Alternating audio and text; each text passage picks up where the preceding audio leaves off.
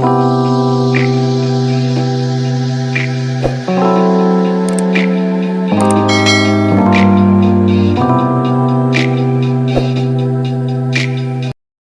dear Leo. I am Jamie Dawn, your evolutionary revolutionary astrologer, bringing you your October 2021 horoscope. And we kick off the month of October with Mercury retrograding through your third house in the sign of Libra.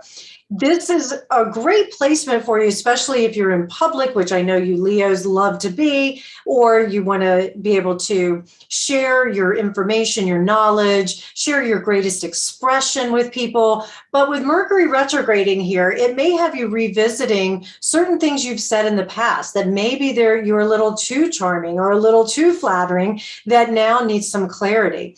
There could be some confusion, in particular with a relationship. It could be personal, it could be professional, but something along the lines of communicating that you may need to clarify, because in the past, it may have been their perception of something, but what you were actually thinking or feeling at that time isn't quite what they're thinking or feeling. So you want to get back on that same page.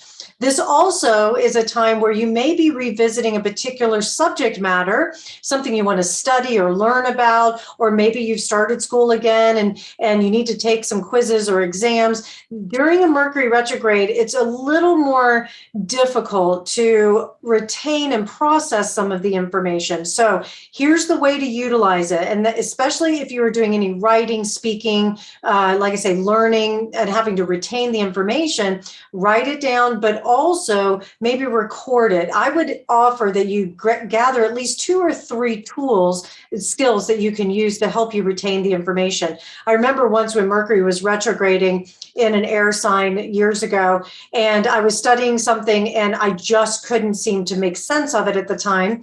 And so what I would do is I would record it and then I would play it while I was falling asleep, hoping that my subconscious mind would process it on top of what I was reading, what I was listening to or watching. So videos are another way that you can use this.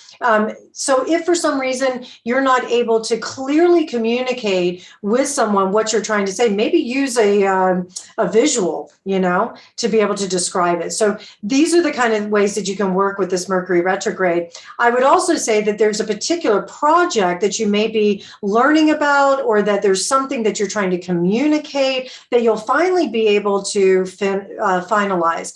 Third house also, because it deals with the way in which we process information, how we learn, and it does correlate with our local community and our siblings as well. But I'm going to focus real quick on what I sense for you, Leo, if you're being affected with this retrograde, is that it's going to really have you finish a project that you may have started and having you even sign a contract. Now, I'm bringing that up because most astrologers would say, don't sign contracts during a Mercury retrograde. What I offer is, if it's a contract from something you're completing, retrogrades are a great time for completing, not a great time for initiating. So if you suddenly get this wild hair idea, hey, I'm going to start writing a book, or I think I need to launch a teaching course or something along those lines, not necessarily the best time to do it. You may be approached by somebody to share your knowledge. It could be somebody locally that says, hey, I think you need to get on this political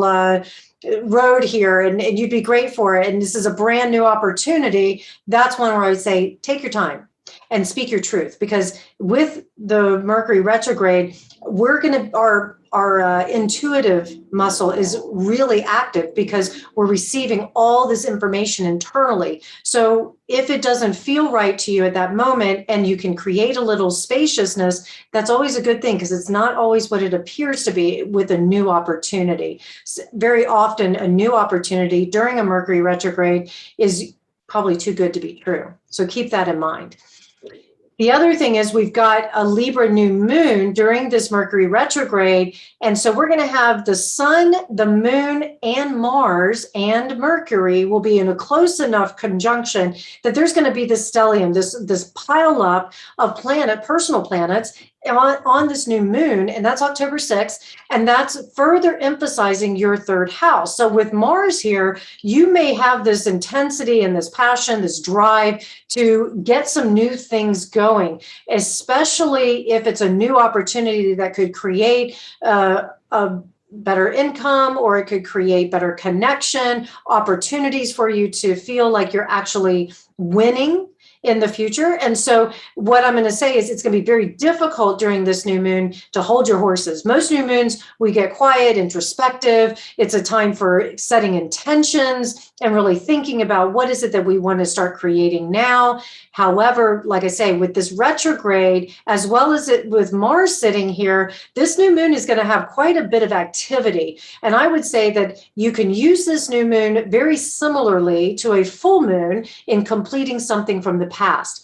Intense feelings can push you to declare some truths during this new moon as well. So some of you will find, especially because this will sextile your sun, moon, or rising sign, some of you will find that you are being pushed to really share what you think and feel about something, what you really desire when it comes to what you want to communicate or speak about or learn about. And I think that's the wonderful thing, is that this gives you permission to truly be selfish in a positive way.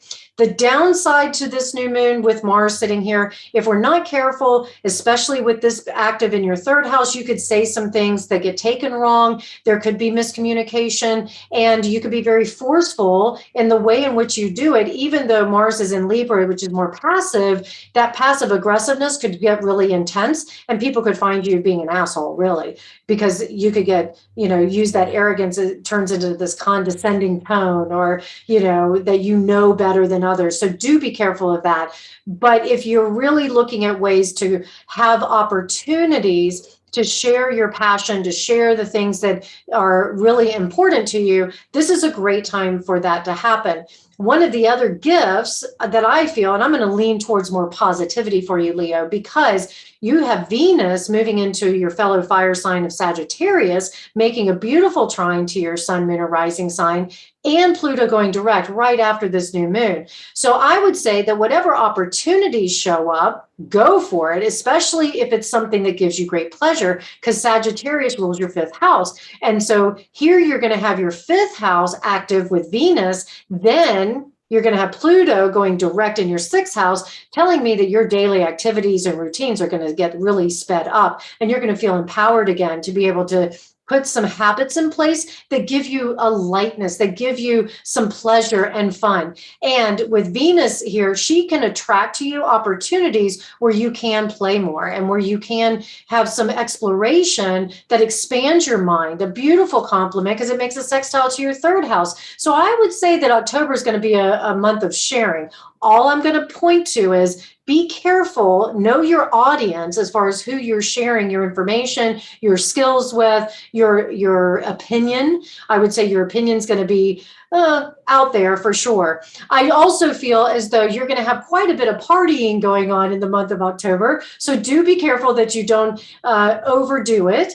And the spending can go up because you're just celebrating, and so many good opportunities and so many things are getting finalized. And maybe it's time for me to take some time off, but I really need to work, because here's Pluto going, hold on, I know you scheduled that vacation or you want to be with that loved one, but you got to check off these boxes first. And so those are the kind of things that you'll just need to pay attention to. The other thing, and Leo, this is the compliment, because you're being challenged just like Scorpio and Aquarius right now with all these squares going on. But I would say that for some of you Leos, think back to June, when Mercury was retrograding in June, but also we had a square between Saturn and we had a square between the sun. And so when that square was being activated, that also, and the Uranus square, those are the kind of things that we're paying attention to. And so there was tension, there was probably a theme that popped up. And so what you're looking at for June and July, because the sun, or excuse me, Saturn was squaring off in July with your sun, moon, or rising. But these squares, these tension points, that were coming up, these themes, they're going to be back to revisit so that you can wrap them up and so that you can hopefully find some good, pleasurable fun in it. I will also say, if you're looking for ways to increase your income, Venus and Sagittarius sextiling to your sun, moon, or rising sign can give you an opportunity to win some money. Just be careful. Like I say, don't overindulge if you're doing the gambling thing. But investing, that sort of thing, spend some time doing the research before you invest in anything.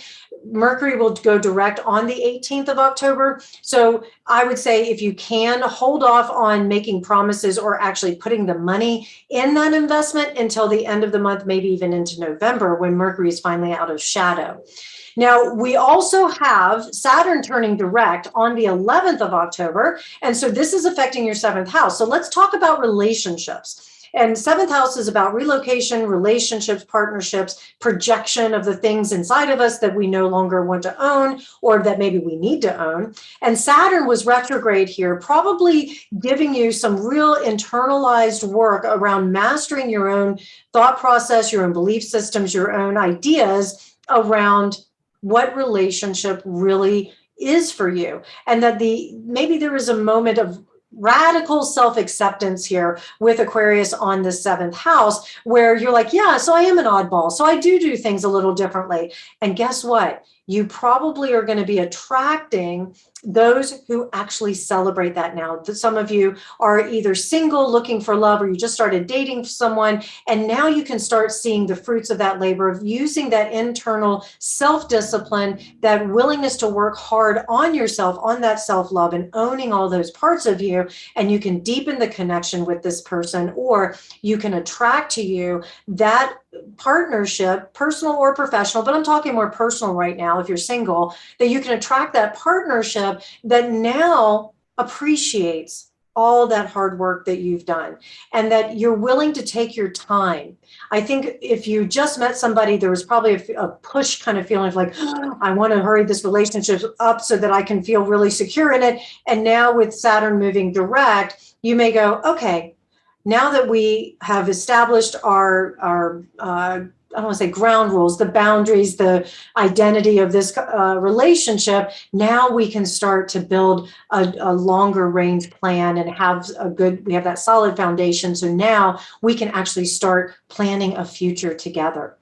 If you are coupled, Leo, then this gives you a chance, hopefully, to be able to start preparing for a greater future as a couple, and that you may have been revisiting some foundational issues in the relationship that needed to be worked through. And many of you probably did it behind the scenes. Maybe you hired a counselor or a professional to help you navigate some of those murkier waters, that now with Saturn moving direct, you can start to see the payoff of these new habits that maybe you created as a couple. Maybe you decided to start date night, or you decided that you were going to invest in something together that is finally going to start paying off, maybe start a family. So these are all ways as a couple that you can use Saturn moving direct, especially if you were wanting to touch a greater group as a power couple, or you wanted to announce to people, hey, we really are in this to win it. I would also say that, excuse me, Leo, that your 5th and 7th houses get further complemented as Venus continues to move through your 5th house, sextiling with Saturn, giving you an increased need for connection and a sense of belonging to something bigger than yourself. That's a great thing to do in a partnership. And so when you're looking either to attract that person or to deepen your connection with someone, then you look for that. Do we line up here with a bigger view of ourselves? Does this person have a bigger mindset? Because that's something else that I think you're going to be looking for, seeking and attracting relationships or financial opportunities that actually have stability, long-lasting results. Anybody who doesn't create a sense of stability for you, you may decide at the full moon, which we have this month on the 20th in Aries, and that's activating your 9th and 3rd house, you may decide that you're going to let this partnership go, or you're not, this casual dating relationship go, because they're not giving you that security that they're going to stick around, or that you're on the same page for building a future together. Now, Mercury, as I mentioned, is in retrograde. It stations direct on the 18th, and it's going to be also active with Mars and Jupiter because they're going to be making a trine. And so, and then Jupiter goes direct on this day as well. So this is going to give you an added push to communicate with your partnerships, because this is your third and seventh house being activated here, that it's going to give you further push to speak to what is true for you. What do you want in relationship? Opportunities abound in the relationship, maybe a legal matter that you and the partner have been working through. You may also have to face some unfounded fears because it's like, okay, I'm about to tell this person how I feel, or I'm about to tell this person, here's the bottom line, and I'm willing to walk away from it because I have this full moon energy that's building 2 days later on the 20th, and it's my truth. It's in my philosophy, my belief system, my higher power sector, as well as how I communicate that, how I learn and process. So you may be feeling, as it leads up to this full moon, so this third week of October, this push and pull between the head and the heart. But I can tell you that with this Mars trining Jupiter and Jupiter moving direct, fortune favors the bold. Go where angels dare to tread, because this is an air movement. And so when you're working with the element of air, you're working with facts, you're working with information. There's not a lot of emotion that's involved. So it's a lot easier to communicate from a place of nonviolence and a place of like, it's just the facts, than when it's in a water sign, let's say, which is very emotional, or a fire sign, which is really passionate, which I know you know about. So utilize this energy to be able to say, hey, listen, here's something between us. Here's something that I've been working through inside, and I just want to share it so that we're on the same page. And then what that does is at this full moon in Aries, you may find that you are expanding your horizons, you're expanding your view and philosophy on what it is that you ultimately need in order to be the best version of yourself within relationship, because relationships are up. I will also say that social settings are highlighted during Libra season in particular, but for you having this sextile moving around between your third and first and fifth houses, it really does make you a lot more sociable, as well as being I'll say the life of the party, the attention person, that if you're in a partnership that can feel threatened by how much attention you're getting. So you may need to turn your attention at this full moon to talking with your partner and saying, hey, listen, just because I'm socializing, maybe flirting a little bit with others, doesn't mean that I want to go home with them. And certainly I don't want to disrespect you. What does respect look like for you? And so you talk through some of that. I will also say that around this full moon, if you're dating, that there's going to probably, if you didn't declare it at the beginning of the month, at the new moon, this full moon, it's very Mars. We have a lot of Mars energy in October. This is about you now declaring, this is what I believe about the relationship, and this is what I feel. And there may be some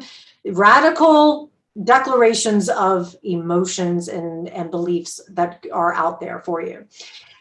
Courage, passion, be bold. That's what I can say for the month of October. Even though Mercury is retrograde, the gift of that retrograde is that it can internalize a lot of the thoughts, a lot of the communication, and you can process it first before you communicate it. That can put you at a leg up, especially if you're trying to negotiate a contract or you're trying to negotiate a relationship dynamic.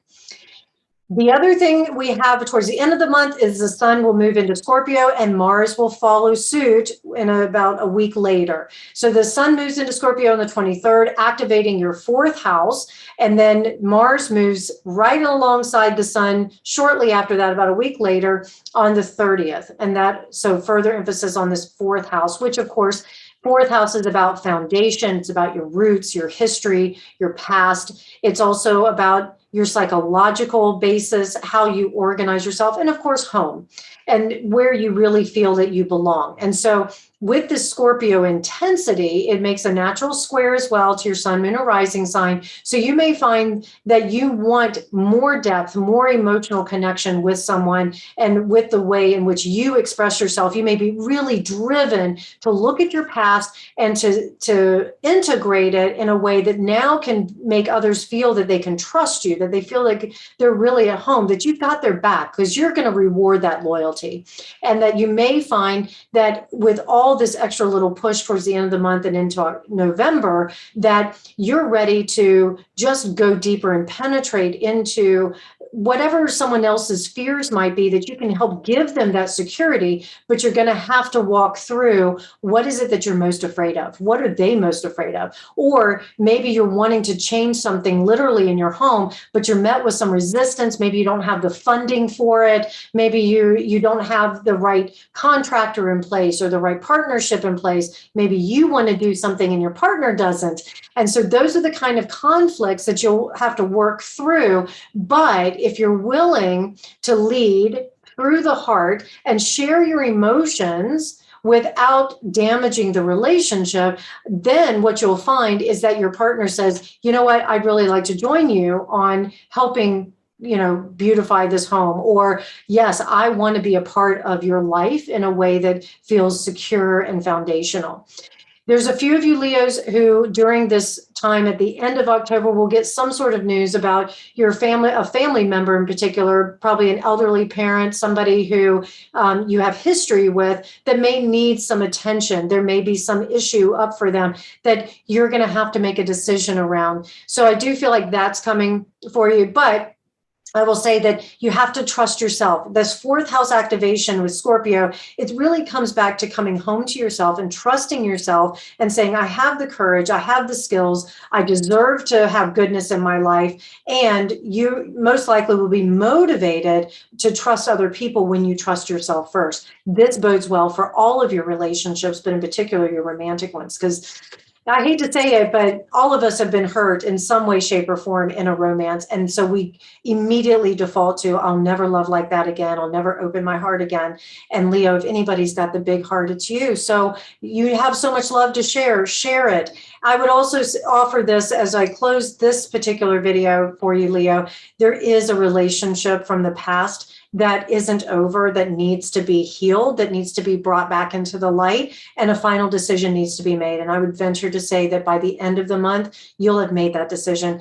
Because remember, when your agenda and somebody else's expectations or agenda doesn't line up, there's always going to feel like it's harm or hurting. But if your intention is not to harm, but to speak your truth, trust your truth, then you can at least release the other person from hanging on to something that no longer serves them. As much as it's extra energy that you don't have to expend on something that you don't need to focus on because you have other things that need to be focused on. All right, Leo, I hope this helps. Please like, subscribe, share, comment. Find me at jamiedawn.com, and I look forward to hearing how this month goes for you. Take care.